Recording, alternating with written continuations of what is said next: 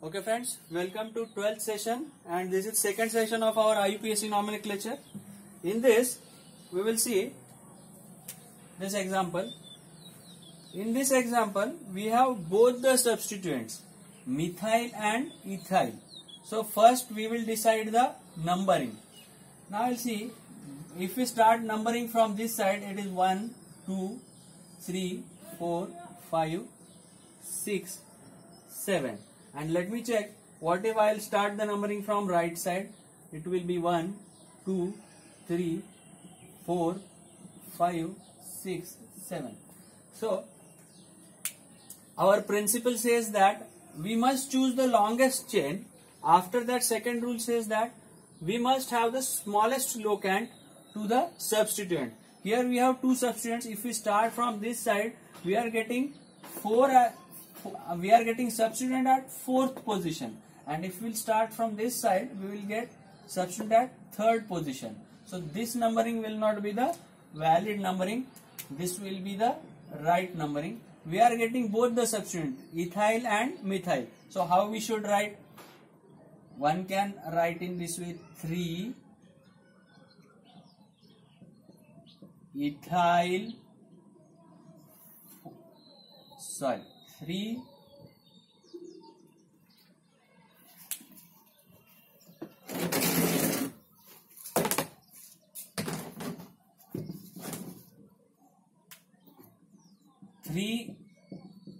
methyl, 4 ethyl heptane, or 4 ethyl 3 methyl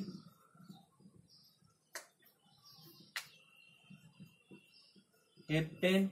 Friends, here while writing such substituents where you have both the substituent methyl, ethyl, one thing you should remember that alphabetically which alphabet comes first, that should be written first.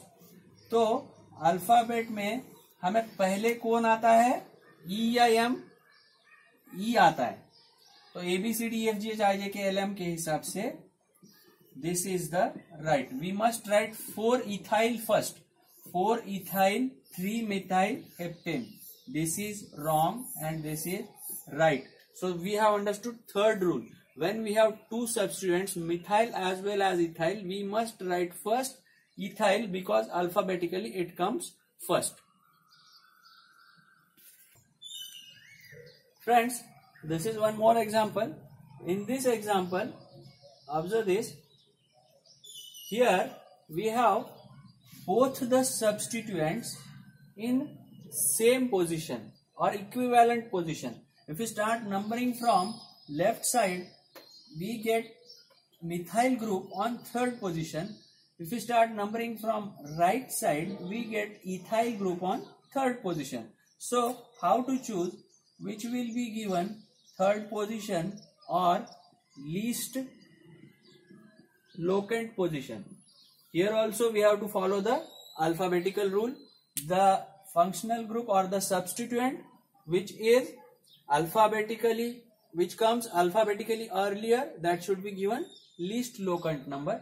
So ethyl comes before methyl, E comes before M. So this ethyl group must get least locant or least number.